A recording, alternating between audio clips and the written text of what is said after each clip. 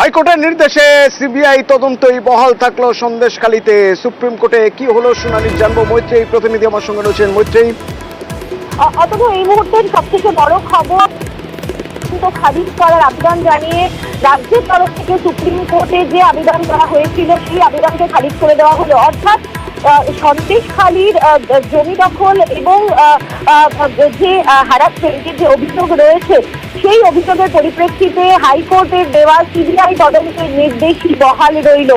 আজকে সর্বোচ্চ আদালত শুনানি ছিল এবং সেখানে সন্দেশখালীর যে গোটা তদন্ত সেক্ষেত্রে দাঁড়িয়ে রাজ্যের তরফ সেই তদন্তে সিবিআই এর যে নির্দেশ দেওয়া হয়েছিল হাইকোর্টের তরফ থেকে তাকে চ্যালেঞ্জ করে রাজ্যের তরফ থেকে সুপ্রিম কোর্টে যে মামলা দায়ের করা হয়েছিল তার শুনানি হয়। রাজ্যের হয়ে সওয়াল করেন অভিষেক মনু সিংভি এবং সেখানে তার তরফ থেকে বলা হয় যে সমস্ত যে অভিযোগ রয়েছে সমস্ত অভিযোগকে গুরুত্ব সহকারে বিচার করা হচ্ছে। সেখানে মহিলা পুলিশ দেওয়া হয়েছে, মহিলা পুলিশরা তদন্ত করছেন এবং 43টা কেসের মধ্যে 42টা কেসের এফআইআর চার্জশিট দেওয়া হয়ে গিয়েছে।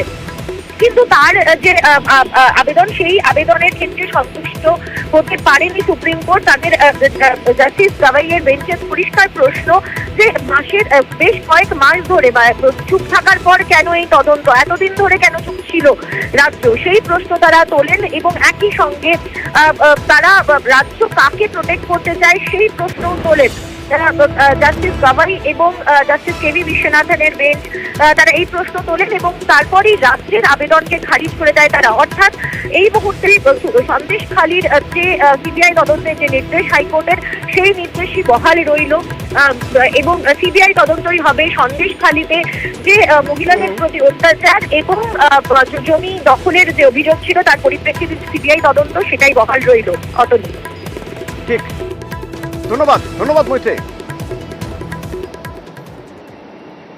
আমরা দেখাই যে যখন কোনো শহরে সেই শহরে আবর্জনা থাকে, পুরো পরিষেবা ঠিক মতো নেই, জল জমে আছে, নিকাশি ব্যবস্থা ঠিক নেই, তো কোনো শহর যদি সুন্দরভাবে সেজে ওঠে সেই ছবিও তো দেখানো জরুরি। যেমন দেখুন সিউড়ির ছবি, সিউড়ি কিভাবে সেজে উঠছে দেখুন। শহরের দেওয়াল জুড়ে বিশিষ্ট জনেদের ছবি এবং সামনে পুজো, তার আগে বোধহয় বেশ একটা ঝলমলে ব্যাপার তৈরি হবে। সিউড়ি পুরসভা কি বলছে আর কিভাবে কাজ করছে তারা এবং কিভাবেই বা এই কাজ শুরু হয়েছিল জানবো। আমার সঙ্গে রয়েছেন সুপ্রতিম প্রতিনিধি, সরাসরি। সুপ্রতিম, একদমই দেখো, সিউড়ি পুরসভার তরফে এই যে সিউড়ি শহর, সেই সিউড়ি শহরকে কিন্তু সাজানোর একটা উদ্যোগ শুরু হয়েছে এবং সিউড়ি শহরের যে সমস্ত রাস্তা রয়েছে তার পাশাপাশি যে সমস্ত সরকারি দেওয়াল রয়েছে সেই সরকারি দেওয়ালগুলো কিন্তু ইতিমধ্যেই বিভিন্ন ধরনের আঁকা হচ্ছে এবং সেখানে বিভিন্ন চিত্রশিল্পী থেকে শুরু করে বিভিন্ন সঙ্গীত শিল্পী এছাড়াও বিভিন্ন মনীষীদের ছবি কিন্তু সেখানে রাখা হয়েছে এবং তার পাশাপাশি পুরসভার তরফে জানানো হয়েছে যদি কোনো পাবলিক দেওয়ালেও, যদি কোনো নিজস্ব প্রপার্টিতেও যদি কেউ এই ছবি আঁকাতে চান সেক্ষেত্রে কিন্তু পুরসভাকে শুধুমাত্র অনুমতি দিতে হবে এবং পুরসভার তরফ থেকেই কিন্তু এই ছবি আঁকানো হবে এবং এইভাবেই কিন্তু সিউড়ি শহর জুড়ে ইতিমধ্যে প্রস্তুতি শুরু হয়ে গেছে। প্রায় 5000 ছবি আঁকা হবে বলে জানা গেছে, এখন আপাতত প্রায় 200 ছবি আঁকা হয়ে গেছে এবং যারা পথ চলতি মানুষ তারা কিন্তু পুজোর আগে এই ধরনের যে উদ্যোগ তারা কিন্তু সেটাকে সাধুবাদ জানিয়েছেন এবং সবচেয়ে বেশি যেটা ছোটদের যেহেতু প্রচুর কার্টুন চরিত্র আছে, ছোটদেরও কিন্তু নজর কেড়েছে রাস্তায় চলতে চলতে। ধন্যবাদ। যে ছবি, landscape, abstract form, design form, এই ধরনেরই প্যাটার্নের আমরা এখানে তুলে ধরছি। মানুষ তো অ্যাপ্রিসিয়েট করেছে আমাদেরকে কাজে। দেখতে খুবই সুন্দর লাগছে, মানে ফাঁকা দেওয়ালের চাইতে তো ছবিওয়ালা দেওয়াল অনেক বেশি সুন্দর। বেশ সুন্দর একটা অ্যাক্টিভিটি হচ্ছে এবং মানে মানুষের মানে খুবই মনোরঞ্জক একটা ব্যাপার, খুবই সুন্দর একটা আয়োজন। আমি স্বপন নেওয়ার পর একটা পরিকল্পনা করেছিলাম আমরা কাউন্সিলর মিলে ভিএসসিতে, যে সিউড়ি শহর সদর শহর এখানে একটা সৌন্দর্যের খুব দরকার। বিভিন্ন সরকারি দেয়াল, পাবলিক দেয়াল যেগুলোতে আমরা পৌরসভার তরফ থেকে আমরা শ্রমিক ওয়ান ফান্ড থেকে কিছুটা চেষ্টা করছি এবং দুই একটা যারা ব্যবসা আছে তাদেরও আমি হেল্প নিচ্ছি। তারা বলেছে না আমাদের কোম্পানির নাম দিয়ে আপনারা একটু কন্ট্রিবিউশন করুন, সিউড়ি শহর সাজান। সবাই আমার সঙ্গে আছে। বিভিন্ন মনীষীদের ছবি, বিভিন্ন শিল্পীরা যেগুলো লতা মঙ্গেশকর, কিশোর কুমার, সত্যজিৎ রায় দেখতে পাচ্ছেন। আগামী দিনে সিউড়ি শহরকে আরো সুন্দর করে তুলুন, এটা আমার চেষ্টা। বাঁকুড়ার তালডাংরায় যে গ্রামীণ হাসপাতাল, সেই হাসপাতালে যদি কেউ চিকিৎসা করাতে যান তো রোগীর পরিজন মাথা নিচু করে যান। তার কারণ পায়ের দিকে তাকাতে যান। সাক্ষোপ নেই তো এতটাই সাপের উৎপাত, স্বাস্থ্যকর্মীরা, চিকিৎসকরা তারাও আছেন টেনশনে, এতটাই সাপের উৎপাত। তো এই সাপ তাড়ানোর উপায় কি? সাপের উৎপাত এতটা বাড়লো কিভাবে? তাহলে কি হাসপাতাল চত্বরে আগাছায় ভরা? আমার সঙ্গে প্রিয়ব্রত রয়েছেন প্রতিনিধি, সরাসরি একবার কথা বলবো যে এই অবস্থা হলো কি করে? এত সাপের উপদ্রব এ কি প্রতি বছরই বর্ষার সময় হয় নাকি এবারই দেখা যাচ্ছে? আর কর্তৃপক্ষ এই সাপ তাড়াতে কি ব্যবস্থা নিচ্ছে? দেখো, কর্তৃপক্ষের পক্ষ থেকে বলা হয়েছে যে সাপ তাড়ানোর জন্য ব্যবস্থা করা হচ্ছে এবং কার্বলিক অ্যাসিড ছড়িয়ে পড়ে সাপ উপদ্রবের যেটা হয়েছে সেটা কিন্তু কমানোর চেষ্টা করা হচ্ছে। ইতিমধ্যে ভিডিওর কাছে খবর পৌঁছেছে এবং তিনিও পরিষ্কার করা হাসপাতাল চত্বরে যে আগাছা হয়েছে, ঝোপঝাড় হয়েছে সেটার উদ্যোগ নেবেন। কিন্তু যারা স্থানীয় যারা রোগীর প্রতিদিন নিয়ে যাচ্ছেন, রোগীর পরিজন, এর পাশাপাশি স্বাস্থ্যকর্মী, হাসপাতালের কর্মী, তারাই বলছেন যে সাপের উপদ্রব এতটাই বেড়ে গিয়েছে যে আতঙ্কে তারা কিন্তু কাজ করতে ভয় খাচ্ছেন। এই যে তালডাংরা গ্রামীণ হাসপাতাল, এখানে 40টি বেড রয়েছে, এর পাশাপাশি বিভিন্ন ওয়ার্ড রয়েছে, মেল ফিমেল সহ প্রসূতি ওয়ার্ড, বিভিন্ন ওয়ার্ড রয়েছে এবং শুধুমাত্র তালডাংরা মানুষ নয়, পার্শ্ববর্তী ব্লক ওন্দা, শিমলাপাল এবং পার্শ্ববর্তী জেলা পশ্চিম মেদিনীপুরের মানুষও তারাও কিন্তু এই হাসপাতালের উপর নির্ভরশীল। বিভিন্ন রোগ হলেই তারা শরীর খারাপ হলেই এই তালডাংরা হাসপাতালে ভর্তি করেন। আর এখানেই যদি সাপের উপদ্রব এভাবে হয়, প্রায়শই কালাজ, কখনো চন্দ্রবড়া, কখনো চিটি সাপের আক্রমণ দেখা যাচ্ছে। প্রায়শই এমন দেখা যাচ্ছে যে রোগীর ওয়ার্ডের ভিতরে ঢুকে যাচ্ছে, কখনো আবার স্টাফদের যেটা রুম, সেই স্টাফদের রুমেও দেখা যাচ্ছে সাপের উপস্থিতি। আর এখানেই আতঙ্ক ছড়িয়েছে রোগীর পরিজন সহ রোগী এবং কর্মীরা। তারা দাবি করছেন অবিলম্বে সাপের আতঙ্ক থেকে মানুষকে অন্তত রেহাই দেওয়া হোক। আসতেই হবে হাসপাতালে, এই হাসপাতালে না এসে যাবেন কোথায়? কি বলছেন রোগীর পরিজন শোনাবো, এবং আতঙ্ক শুধু তাদের মধ্যে নয়, যারা স্বাস্থ্যকর্মী তাদের মধ্যেও শুনুন। হ্যাঁ, বেরিয়েছে দুটো, একটা ওই চিঠি সাপ, ওই যে জল হচ্ছে, ঝাড় আছে। চন্দ্রবড়ার থেকে, চিঠি সাপ থেকে, লাউ ডগার থেকে সব সাপই বেরোয় আসছে। এখানে নতুন নতুন সাপ দেখা যাচ্ছে, বিষাক্ত, প্রচুর বিষাক্ত। এই রিসেন্ট বেরিয়েছে চিঠি সাপ আমাদের ইনডোরের ভিতরে, ক্যাম্পাসের মধ্যে স্লাইন ছিল, স্লাইনের পাশে দেখছি সাপটি ঢুকে আছে। পেশেন্ট পার্টি ফার্স্টে শুয়ে আছে, চন্দ্রবড়া আমাদের প্যাসেজে দেখলাম শুয়েছিল। হাসপাতাল কর্তৃপক্ষ বলছে যে ব্যবস্থা নেওয়া হচ্ছে, ব্যবস্থা নেওয়া হবেও আগামী দিনে, যাতে এই সাপের উৎপাত না হয়। কার্বলিক অ্যাসিড ছড়ানো হচ্ছে, আগাছা যা রয়েছে তা সব সাফ করা হচ্ছে। সাপ বেরিয়েছিল, তো বর্ষাকালে তো সাপ তো বেরো হয়, তো ঠিক আছে। তো আমরা এই একটু তার জন্য আমরা কার্বলিক অ্যাসিড দিচ্ছি চারিদিকে। তারপর আমরা ঝোপ জায়গাগুলো সব পরিষ্কার করানোর এই ব্যবস্থাটা আমরা করছি। অলরেডি বিডিও ম্যাডামকে ইনফর্ম করা হয়েছে, চিঠি করা হয়েছে, যাতে ঝোপ জায়গাগুলো পরিষ্কার করানোর ব্যবস্থা করা যায়। ধরুন আপনার সন্তান যে স্কুলে পড়ছে, সেই স্কুলে যদি গোখরো সাপ ধরা পড়ে, আপনি কি করবেন? হতেই পারে স্কুল চত্বরে গোখরো সাপ ধরা পড়তেই পারে। একটা না, দুটো না, 8-8টা গোখরো সাপ যদি একই স্কুল থেকে ধরা পড়ে, এবার আপনি কি করবেন? আপনি তো টেনশনে পড়ে যাবেন, আপনার সন্তানকে স্কুলে পাঠাবেন কিনা। ঠিক এরকমই অভিভাবকদের অবস্থা মালদা গার্লস হাই স্কুলে যাদের সন্তান পড়েন তাদের। তার কারণ মালদা গার্লস হাই স্কুলে একের পর এক সাপ ধরা পড়ছে, এখনো পর্যন্ত 8টা গোখরো সাপ ধরা পড়েছে। এই স্কুল চত্বরের ছবিটা একটু জানতে চাইবো। আমার সঙ্গে রয়েছে সেবক, রয়েছেন সরাসরি। সেবক, স্কুল চত্বরে গোখরো সাপ, তো তাহলে কি স্কুল চত্বর সেরকম ভাবেই, মানে জঙ্গল রয়েছে, আবর্জনা রয়েছে, বা এমন অবস্থা হয়ে রয়েছে যে সেখানে সাপেদের বাসা করতে সুবিধা হচ্ছে? 8-8টা গোখরো ধরা পড়েছে, হয়তো আগামীতে আরো ধরা পড়বে।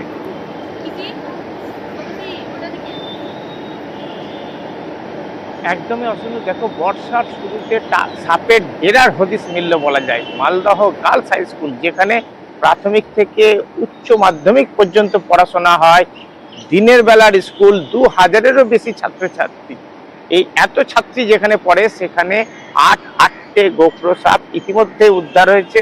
বন দপ্তরের সাহায্য চেয়েছে স্কুল কর্তৃপক্ষ। স্কুলে ঢোকার মুখে ডান দিকে স্কুল চত্বরে যে নৈশ প্রহরীর ঘর রয়েছে, সেই ঘর এবং আশপাশ এলাকা থেকে একের পর এক গোখরোর হদিস। এবং গোটা স্কুলে অনেক জায়গাতেই আমরা দেখলাম ঝোপঝাড়, জঙ্গল, যা নিয়ে কিন্তু অভিভাবকরা স্বাভাবিকভাবে প্রশ্ন তুলছেন, দুশ্চিন্তা রয়েছে। এলাকাবাসীও বলছেন স্কুলে পরিচ্ছন্নতা আপ টু দ্য মার্ক নয়, এবং স্কুল কর্তৃপক্ষকে অবিলম্বে এক্ষেত্রে পদক্ষেপ নেওয়ার দাবি জানিয়েছেন অভিভাবকরা। প্রচুর উদ্বিগ্ন অভিভাবক আজকে স্কুলে ভিড় করেন, কারণ যে সময় সাপ ধরা পড়ছে তখন স্কুল সময়, বাচ্চারা স্কুলে ঢুকছে, তাদেরকে যেখানে সাপ ধরা পড়ছে তার বদলে অন্য জায়গা দিয়ে, অন্য রাস্তা দিয়ে তাদেরকে শ্রেণীকক্ষে পাঠানো হচ্ছে। আর যেখানে সাপ ধরা পড়ছে তার পাশ দিয়েই কিন্তু রাস্তা রয়েছে, যেখান দিয়ে বাচ্চারা প্রতিদিন স্কুলে যায়। বুঝতেই পারছো আতঙ্ক কতটা। স্কুল কর্তৃপক্ষ বন দপ্তরের সাহায্য চেয়েছে। এক সর্পপ্রেমী তিনি আসেন, তিনি তার উদ্যোগেই 8টি গোখরো সাপ ধরা হয় এবং সাপগুলি যথেষ্ট বিষধর এবং স্বাভাবিক কারণে উদ্বেগ চরমে। উদ্বেগে রয়েছেন অভিভাবকরা, একবার তাদের কথা শোনা যাক। সাপ নাকি ধরা পড়েছে এখানে স্কুলের মধ্যেই, 7-8টা ছিল। যাই হোক, আমি এসে যা দেখলাম বালতির মধ্যে ছিল। অনেক আতঙ্কে, কারণ বাচ্চারা স্কুল করছে, এখন বলা যায় না কি থেকে কি ঘটনা ঘটতেই পারে। আমরা খুবই উদ্বিগ্ন। শহরের একটা প্রতিষ্ঠিত স্কুল নাইট গার্ড থাকে, ওর ঘরের কোণা থেকে প্রচুর পরিমাণে সাপের বাচ্চা বেরোচ্ছে। কম্পাউন্ডটা সেটাতে কিন্তু যথাযথ ব্যবস্থা বা পরিষ্কার পরিচ্ছন্ন রাখা ইত্যাদির ব্যাপারে একটু গাফিলতি আছে। স্কুল কর্তৃপক্ষকে যথাযথ ব্যবস্থা অবশ্যই নেওয়া উচিত। দিদিমণিরা তো টেনশন কম নয়, কারণ তাদেরও তো এখানেই থাকতে হয়, এই টিচার্স রুমেই থাকতে হয়, এই স্কুলেই যতক্ষণ স্কুল চলে ততক্ষণ পর্যন্ত ক্লাস নিতে হয়, টিচার্স রুমে থাকতে হয়, খাতা দেখতে হয়, টেনশন তো হবেই। তো এই টেনশনের পাশাপাশি স্কুল কর্তৃপক্ষ দাবি করছেন দ্রুত, বর্ষাকাল তো সাপ আসবেই, 3-3টা সুইপার আছে, তারা পরিষ্কার পরিচ্ছন্ন রাখে, তবুও সাপ এসছে। আমরা আর এদিকে ধূপগুড়িতে এখনই সবে বর্ষাকালের শুরু, এখনই 5 জন সাপের কামড়ে হয়ে তারা সাপ ধরা পড়েছে। তো প্রশাসন কি বলছে, পুরসভা কি বলছে, কিভাবে আটকানো সম্ভব? কারণ জল বাড়ার পর, জল যখন নেমে যাবে তারপরে সাপের উপদ্রব তো হবেই।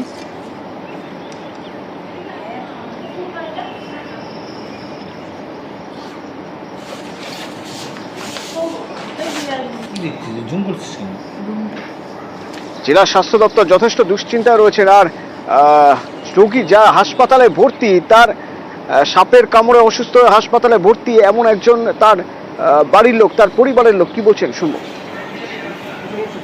জঙ্গল পরিষ্কার করতে মারছে, আমি বুঝতে পারি নাই। আমি জঙ্গল পরিষ্কার করতে যাওয়া আমি মনে করছি যে কোনো হবে। পরে পুরো দেখা হওয়ার পরে আমি আর সহ্য করতে, তারপরে বাড়ি এসে পরে বলছি, বলার পরে হাসপাতালে আসি। রকি আমার সঙ্গে রয়েছে। রকি, জেলা স্বাস্থ্য দপ্তর কিভাবে কাজ করার কথা ভাবছে? সাপ মোকাবিলা করা যাবে কিভাবে? দেখো, তোমাকে প্রথমে বলে রাখতে হবে, বৃষ্টি বাড়ার সাথে সাথে কিন্তু বাড়ছে সাপের উপদ্রব ধূপগুড়ি শহর সহ লাগোয়া বিভিন্ন এলাকায়। কারণ বিভিন্ন জায়গায়, নিচু জায়গাগুলিতে কিন্তু জল জমে গিয়েছে। এমনকি যে গ্রামে চাষাবাদ হয় সেখানে কিন্তু ইঁদুরের গর্ত থাকে, সেই গর্তের মধ্যে কিন্তু সাপ আস্তানা করে থাকে এবং সেই সব জায়গায় জল জমে যাওয়ার ফলে কিন্তু সাপগুলি এখন উঁচু জায়গার খোঁজে কোনো সময় বাড়ির ভেতরে, কখনো শোবার ঘরে বা গোডাউনের মধ্যে ঢুকে যাচ্ছে, যার ফলে কিন্তু এই ধরনের সাপে কামড়ের ঘটনা ঘটছে।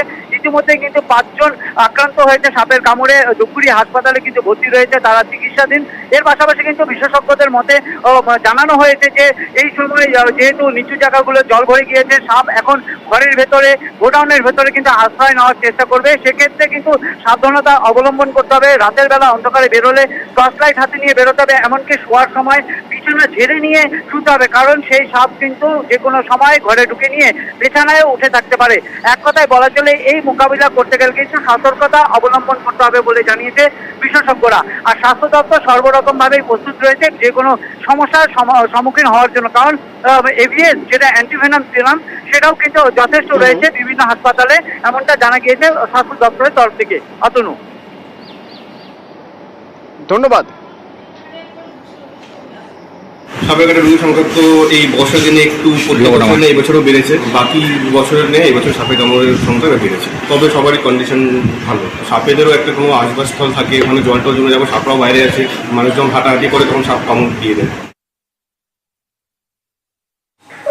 দীর্ঘদিন যাবৎ বৃষ্টির ফলে সাপ আর বাইরে থাকতে পারছে না, তাই ওরা মানুষের ঘরে ঢুকছে বা রাস্তার মধ্যে চলে আসে। এতেই মানুষের ঘরের মধ্যেও যে সাপ ঢোকে, বন দপ্তরকে ডেকে বা স্বেচ্ছাসেবী সংগঠনকে ডেকে সেই সাপকে তাদের দিয়ে উদ্ধার করে নিজেদেরকে সতর্কতা অবলম্বন করতে হবে।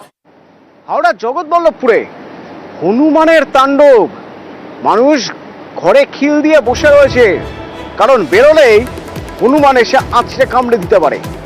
আমার সঙ্গে দেবাশিস রয়েছে, প্রতিনিধি। দেবাশিস, কি অবস্থা? দেখো, এখনো পর্যন্ত এই ঘটনায় বন দপ্তরের তরফ থেকে একটি খাঁচা পাতা হয়েছে, তবে সেই খাঁচা পাতাই সার। বন দপ্তরে নতুন করে কোনো রকম উদ্যোগ সেখানে দেখা যায়নি, যার জেরে আতঙ্কিত গোটা শঙ্করহাটি 1 নম্বরের বল্লভবাটি সহ একাধিক এলাকার মানুষজন। তার কারণ সকালবেলা দিনের বেলা যে ঘর থেকে মানুষকে দেখতে পেলেই এই হনুমানের দল তারা আক্রমণ চালাচ্ছে।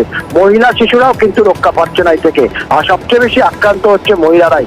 এবং সেই কারণেই সকাল থেকে এইসব এলাকায় জনমানবহীন হয়ে পড়ছে গোটা এলাকা, এমনকি স্কুল সেইগুলিতেও কিন্তু ছাত্রছাত্রীর সংখ্যা অনেকটাই কমে গেছে। তবে বারবার করে অভিযোগ প্রশাসন বা এই বন দপ্তরের বিরুদ্ধে, একাধিকবার তাদের আবেদন, সেখানে হনুমান দেখা দিলে তারা খবর দিচ্ছে, কিন্তু বন দপ্তর সেখানে পৌঁছে যে ঘুম পাড়ানি ওষুধ দেওয়া সেই রকম কোনো কাজ তারা করছে না, এবং যার জেরে ভুগতে হচ্ছে এলাকার মানুষজনকে। তবে অবশ্যই সচেতনতার একটা জায়গা, সেখানে বারবার করে সাধারণ মানুষরাই প্রচার করছে যেন এই হনুমানদের না মারা হয়, আর তারপরেও বন দপ্তর নিশ্চুপ। অতনু, ধন্যবাদ। হনুমান কামড়াচ্ছে, ছড়ে দিচ্ছে, আমরা ভয়ে করোনার মতো সকলেই ঘর থেকে বেরোতে পারছি না, একদম কোনো ব্যবস্থা নিচ্ছে না, কিছু করছে না। হনুমান গুলো 3টে একসঙ্গে এলো, আমাকে ফেলে দিল, কাপড় চোপড় ছিঁড়ে দিয়ে এবার কামড়ে দিয়ে বেরিয়ে চলে গেল। বাচ্চারা বাড়ি থেকে একদম বেরোতে পারছে না, ঘরের ভেতরে গিয়ে ঘুরে এসে আবার কামড়াচ্ছে। বন দপ্তর যাতে এসে একটু সাহায্য করে। এইরকম গলি দিয়ে এসে একবার ঝাঁপিয়ে আমার এই কোল ভাগটা কামড়ে দেয়, এবার আমি উল্টে পড়ে যাই, হনুমানটা বেরিয়ে চলে যায়। বন দপ্তরকে জানানো হয়েছিল, বন দপ্তর একটা ওই ছোট্ট মুরগির খাঁচার মতন বসিয়ে দিয়ে যায় তেঁতুল গাছের গোড়ায়, ছোট্ট ছোট্ট 2টো কলা দিয়ে যায় আর একটা ছোট পচা আপেল দিয়ে যায়, তাতে ঝুলিয়ে বেঁধে দিয়ে গেছে। সেই খাঁচা এখনো পড়ে আছে, তাতে কোনো হনুমান ঢোকেও না আর ছাড়াও করে না।